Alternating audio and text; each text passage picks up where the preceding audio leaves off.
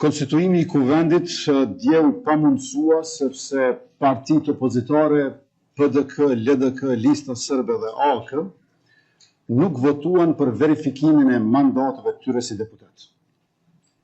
Në thelb, ata që nuk pranuan që formalisht ta marrin mandatin e deputetit, po kërkojnë nga unë që formalisht të mos jem kryeministër.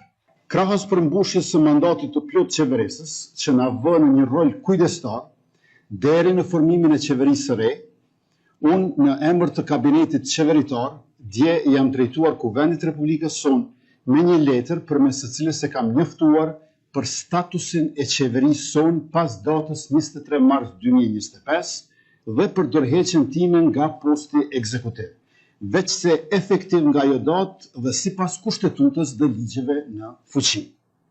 Më shumë se kaq nuk është e mundur të jepet dorëheqje. Më shumë se kaq do të ishte braktisje e institucionit, do të ishte vakum institucional, pa përgjegjësi politike dhe rrezikim i sigurisë kombëtare. Është kërkesë dhe insistim, e thënë së buti i pamatur për të lënë shtëpinë pa zot shtëpie.